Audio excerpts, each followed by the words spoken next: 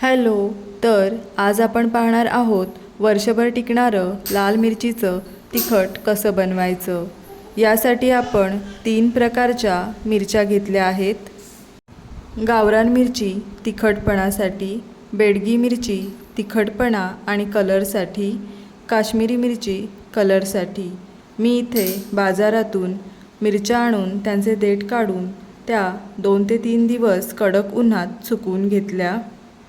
त्यानंतर धणे, बडीशेप, जिरं, लवंग, काळी मिरी, दालचीन यांसारखे खडे मसाले आपल्याला हव्या त्या प्रमाणात घेऊन खरपूस वास येईपर्यंत भाजून घेतले व शेवटी थोडे तेल भांड्यात टाकून सुकलेली मिरची त्यावर परतून घेतली.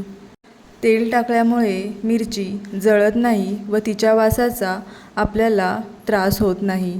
मिरची अधिक कुरकुरीत होऊन मिरची पावडरची चव वाढते. अशा प्रकारे भाजलेल्या मिरच्या आणि खडे मसाले एकत्र करून ते कुटण्यासाठी किंवा दळण्यासाठी द्यायचे. मिरची पावडर दळून आणल्या ती डब्यामध्ये भरून ठेवायची नाही.